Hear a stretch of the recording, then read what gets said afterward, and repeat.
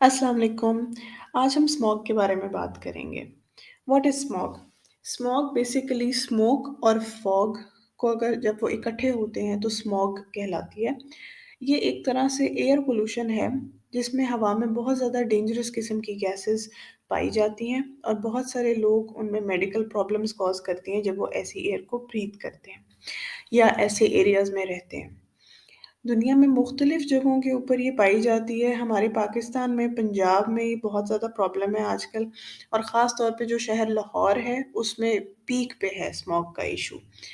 ये अक्टूबर-नवंबर के महीनों में ज़्यादा कॉमन है before the really cold winters begin. उसके अलावा ये कि अम, इसके बारे में नॉलेज होना बहुत ज़रूरी है, क्योंकि हम नॉलेज गेन करने के बाद अपने आप को बेहतर प्रोटेक्ट कर सकते हैं और जब एक कॉन्सेप्ट होता है ना अपने आप को प्रोटेक्ट करने का कि हम क्यों प्रोटेक्ट कर रहे हैं, तो ज़्यादा अच्छा हम इम्प्लीमेंट कर सकते हैं इन चीज़ों को। उर्दू में स्मॉग को स्याही माइल धुंध या तेज़ाबी धुंध या काली धुंध या पीली धुंध कहा जाता है। तो एक एयर क्वालिटी इंडेक्स डेवलप किया गया है जिसमें हमें हवा में जो पोल्यूशन है या कितनी हेल्दी एयर है या अनहेल्दी एयर है, हमें आइडिया कराने के लिए इंडेक्स डेवलप किया गया है और भी बहुत सारे मेजर्स हैं। ख़ैर, तो एयर क्वालिटी इंडेक्स लाहौर शहर का 225 है इस वक़्त और कुछ जगहों पे इससे भी ज़्यादा है और ये कहा जाता है कि 100 से ऊपर अगर ये इंडेक्स हो, तो अनहेल्दी है वो एयर टू ब्रीथ। तो आप अंदाज़ा लगा सकते हैं कि ये कितना सीवियर प्रॉब्लम है इस वक़्त। और सुनने में ये आ रहा है कि लाहौर को इस वक़्त पूरी दुनिया में सबसे ज़्यादा पोल्यूटेड एयर वाला शहर कहा जा रहा है। तो इसलिए हमें एज़ पाकिस्तानीज़ या ख़ास तौर पे अगर आप लाहौर में रह रहे हैं, तो बहुत ज़्यादा हमें अवेयरनेस की ज़रूरत है कि स्मॉग से अपना बचाव कैसे करें और उसको फ़र्दर प्रिवेंट कैसे करें कि आइंदा ये मसला इस शिद्दत से ना हो, ठीक है? तो जनरली ये जो स्मोक है, जो स्मॉग का हिस्सा है, ये कहाँ से आती है? ये जो गाड़ियाँ हैं, फैक्ट्रियाँ जहाँ पे ब्रिक्स बनती हैं, फिर open forest fires, dump fires या जो लकड़ी जलाते हैं वो वाला जो धुआँ है, उसके साथ ये वाली पॉल्यूशन कंट्रीब्यूट होती है। इस पिक्चर में आप केमिकल रिएक्शंस देख सकते हैं, ये स्कूल वाले बच्चों को भी अक्सर पढ़ाया जाता है, तो आई आई होप आप फ़ैमिलियर हैं इन चीज़ों से। तो ये हमारी एनवायरनमेंट में ये सारी चीज़ें पॉल्यूशन का बायस बनती हैं। तो ये एक प्रॉब्लम क्यों है? स्मॉग ख़ास तौर पे वहाँ पे ज़्यादा है जिधर इंडस्ट्री ज़्यादा है, जहाँ पे गाड़ियाँ ज़्यादा चलती हैं। और ये जो स्मोक्स इनमें से निकलती हैं, उनके अंदर हार्मफुल केमिकल्स होते हैं जैसे कि carbon monoxide, sulphur, lead, nitrogen, ammonia वगैरह।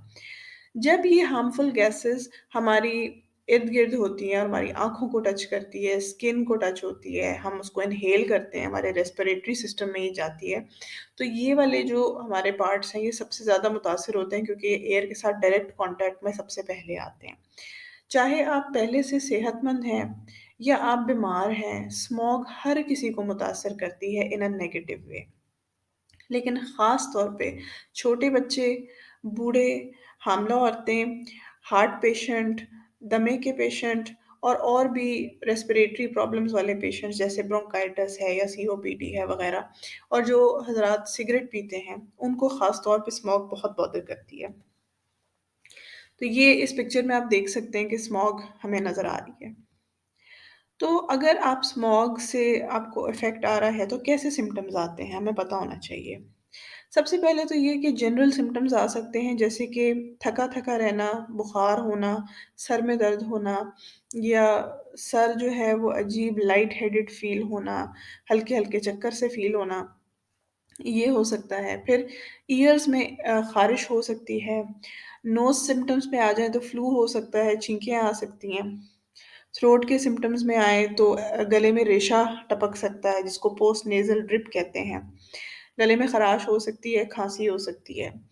आँखें जो हैं उनमें से पानी निकलता है, सुर्ख़ी माइल हो जाती है, ख़ारिश होती है आँखों में भी। स्किन जो है वो भी ख़ारिश करती है, रेड हो जाती है, समटाइम्स रैश भी डेवलप हो जाता है।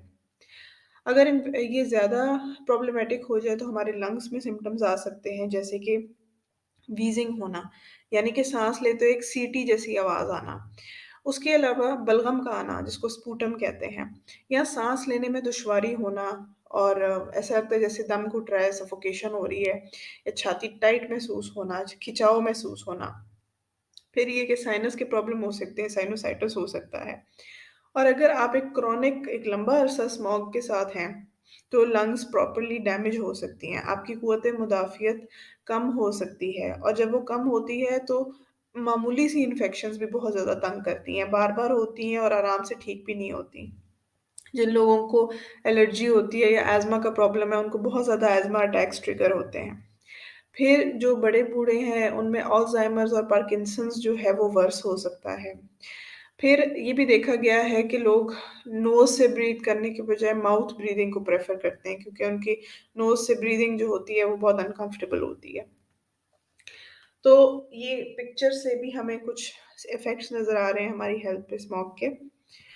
फिर इसकी कॉम्प्लिकेशंस पे आ जाते हैं। वर्स्ट केस सिनेरियो की बात करते हैं। जो बच्चे होते हैं अगर ये क्रॉनिकली स्मोक से मुतासिर हों तो देखा गया है स्टडीज़ के मुताबिक कि उनका आईक्यू और ईक्यू यानी कि इंटेलिजेंस क्वोटिएंट और इमोशनल इंटेलिजेंस क्वोटिएंट जो है ये लो हो जाते हैं।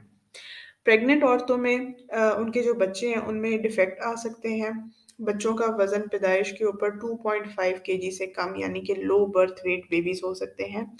इसका कुछ स्टडीज़ के मुताबिक ऑटिज़्म के साथ भी एक लिंक देखा गया है। जो लोग इम्यून सप्रेस्ड हैं, यानी कि जिनकी क़ुव्वत मुदाफ़ियत कम है, वो फ़र्दर उनकी इम्यूनिटी वीक हो सकती है और उनको मज़ीद इन्फेक्शंस हो सकती हैं। अब मेन बात ये आती है, इस वीडियो का मकसद ये है, एजुकेट तो करना है, लेकिन अब हम अपने आप को कैसे प्रोटेक्ट करें स्मॉग से?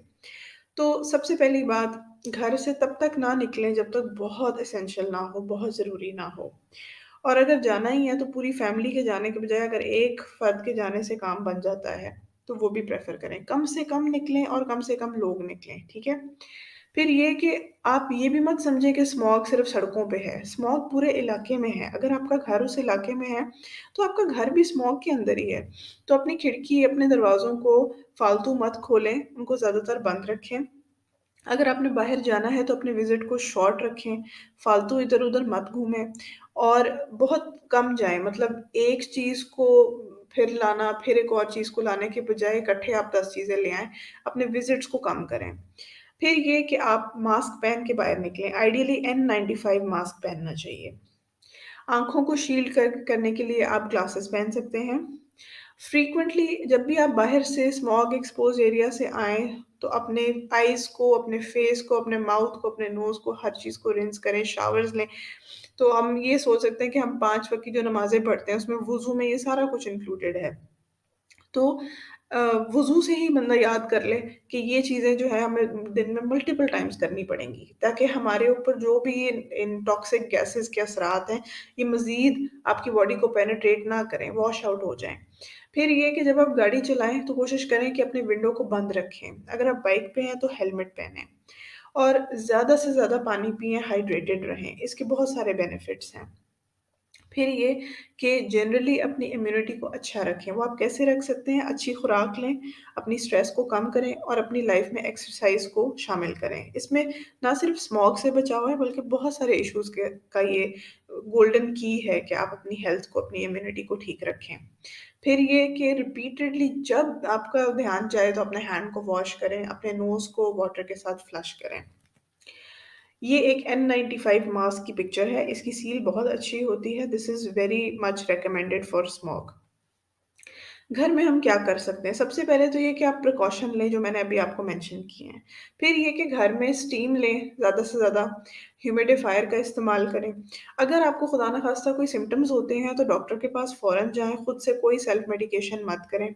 अपने आप को वार्म और कोज़ी रखें, वार्म फ्लूइड्स लें और कोल्ड चीज़ों से परहेज़ करें।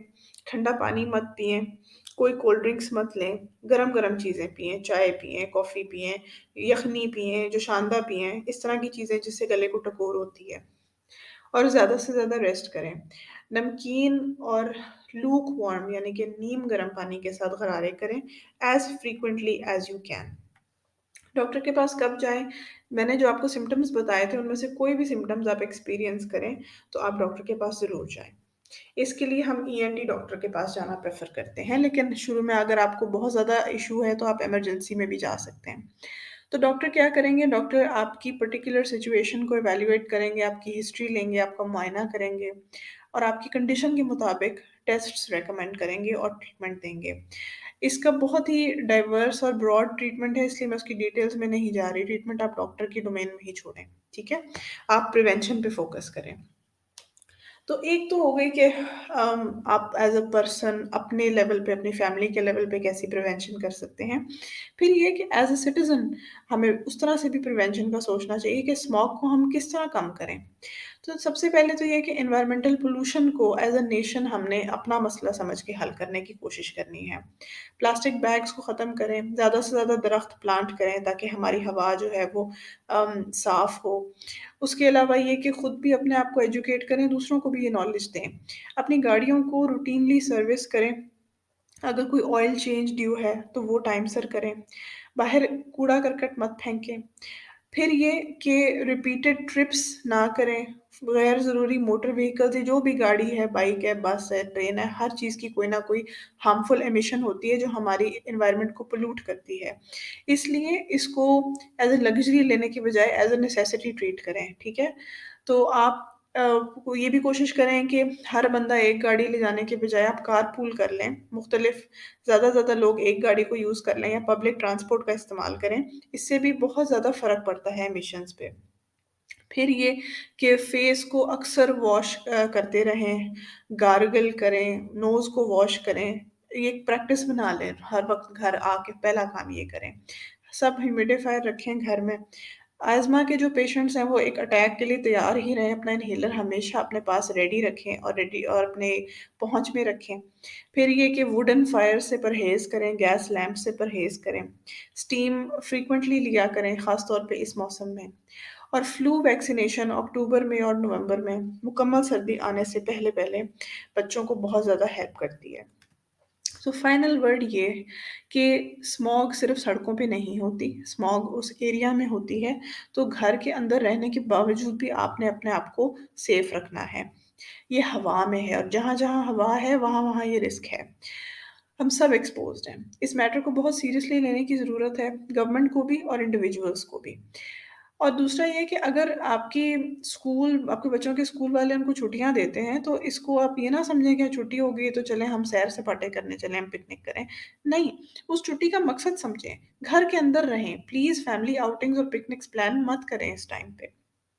फिर ये कि आपको एक रियलिटी चेक देने के लिए मैं आपको बताऊँ कि 1 मिनट अगर आप स्मॉग में खड़े हैं ना, तो वो 1 दिन में 10 सिगरेट पीने के बराबर है। तो आई होप कि आप इस मसले को सीरियस लें, आपने इस वीडियो से कुछ सीखा। अगर आपके कोई क्वेश्चन्स हैं या कमेंट्स हैं, तो मुझे कमेंट सेक्शन में ज़रूर बताएँ। इस वीडियो को शेयर करें, सब्सक्राइब टू माय चैनल और इंस्टाग्राम और फेसबुक पे मुझे फॉलो करें फॉर मोर मेडिकल इन्फॉर्मेशन। इंशाल्लाह दोबारा एक और वीडियो के साथ हाज़िर होंगी। अल्लाह हाफ़िज़।